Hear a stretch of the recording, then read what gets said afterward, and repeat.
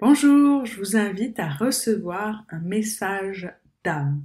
Moi, j'adore me connecter aux personnes, faire le silence à l'intérieur de moi et recevoir un message pour eux de leur âme. J'avais appelé ça les horoscopes d'âme. J'ai dû en faire au moins 5000, 6000, 7000.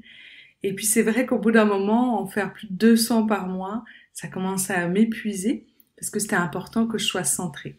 Donc aujourd'hui, je propose les carnets de l'âme, qui est un document beaucoup plus profond, suivi d'un appel et d'un suivi téléphonique, où je me connecte à vous, je vous transmets le message de votre âme, comment vous connecter à votre énergie divine, vous prenez soin de votre corps, vous calmez votre esprit, la réponse à 3 de vos questions personnelles, et j'adore ça. Et la petite nouvelle, c'est la boîte à messages d'âme. J'ai lancé avec Hachette, le lotus et l'éléphant, une petite boîte à messages d'âme qui se trouve dans les librairies.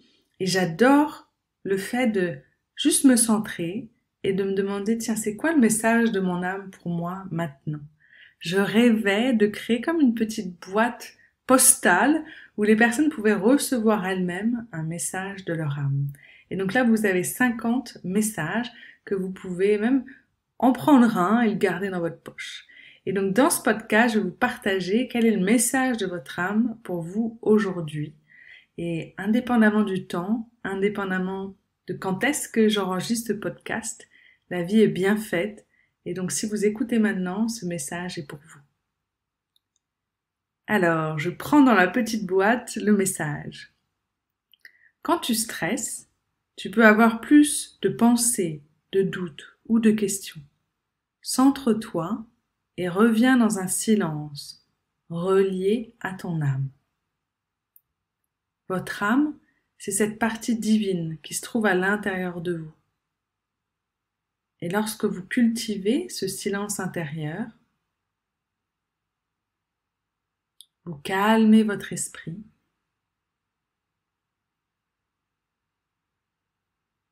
vous vous reconnectez à quelque chose qui est plus grand que vous, comme si vous pouviez vous rappeler que vous avez une partie divine, que vous êtes le co-créateur de votre vie, et que tout ça est un jeu pour votre âme de faire l'expérience de qui elle est. Et donc soit vous pouvez avoir des milliers de pensées, de doutes, de questions sur le passé, sur le présent, sur l'avenir, sur vos proches, sur ce que vous devez faire, sur des autocritiques vis-à-vis de vous-même, de votre personnalité, de votre corps. Bref, ça va très très vite pour notre esprit pensant de se critiquer, de penser, d'avoir des doutes. Et dans cet état-là, c'est très difficile d'être à l'écoute de cette sagesse de votre âme. Et c'est sûr que c'est un peu frustrant parce que l'âme, on dit que c'est une énergie qui se trouve à l'intérieur de mon corps, de votre corps, qui peut être à plusieurs endroits en même temps. Et donc parfois elle n'est pas palpable, on la ressent pas. Mais dès qu'on est dans le silence, dès qu'on médite, dès qu'on est dans la nature, dès qu'on est en fusion avec cette unité ou ce grand tout, bon, on la ressent. On ressent sa présence. On peut même voir les couleurs, à quoi elles ressemblent. On peut même entendre, ça m'est arrivé comme si j'entendais la symphonie de mon âme quand j'étais dans un profond silence où j'ai médité pendant tout un week-end sans dormir. À la fin du week-end, en me connectant à mon âme, c'est comme si je voyais comme une sorte d'ADN lumineuse. J'entendais une symphonie et en même temps je ressentais comme si toutes mes cellules pétillaient et vibraient à la fois. Et c'est tellement bon de ressentir ça, de se reconnecter à son âme, à qui on est de l'intérieur. Après, c'est comme si on se dit, peu importe où je suis sur Terre, je suis chez moi, dans mon corps, connecté à mon âme, je suis chez moi.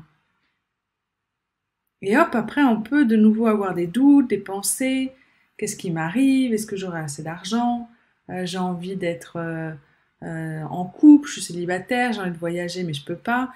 Et donc c'est comme si tous ces doutes, tous ces questionnements, c'est simplement notre esprit en fait qui stresse et qui se déconnecte de la réalité parce que il a envie de contrôler ce qui se passe autour de lui.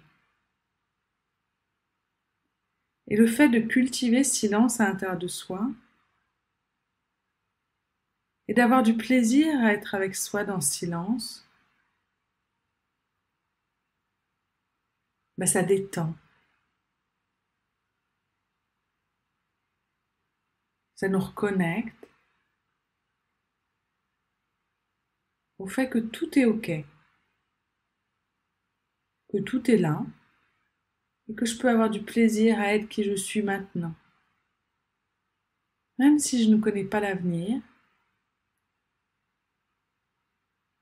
même s'il y a plein de choses que j'ai envie de changer dans ma vie, dans mon corps, dans mes habitudes, dans ma manière de voir le monde, ben je suis là. Et moi, j'adore me reconnecter à mon âme. J'adore ressentir sa présence, ce calme, et ensuite cette guidance. Comme si, dans mes prises de décision, je pouvais lui faire confiance. Et là, j'ai beaucoup plus d'humilité, de patience quand je suis dans cet état-là. Et là, ça passe par le silence intérieur. Donc demandez-vous aujourd'hui, qu'est-ce que vous pouvez faire cette semaine pour cultiver ce silence?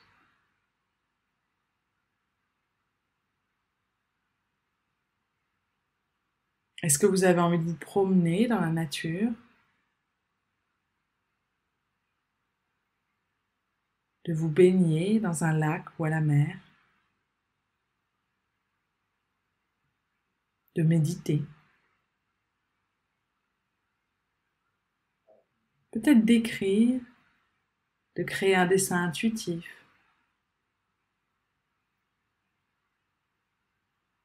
ou juste être émerveillé par un élément de la nature, à regarder un lever ou un coucher de soleil,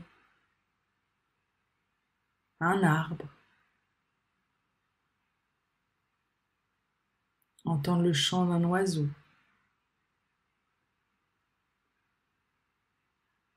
Je vous relis la phrase de ce message d'âme pour vous aujourd'hui. Quand tu stresses, tu peux avoir plus de pensées, de doutes ou de questions.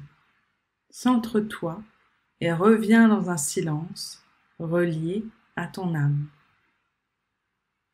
Belle journée à vous, connectée avec votre âme en plongeant dans ce silence intérieur.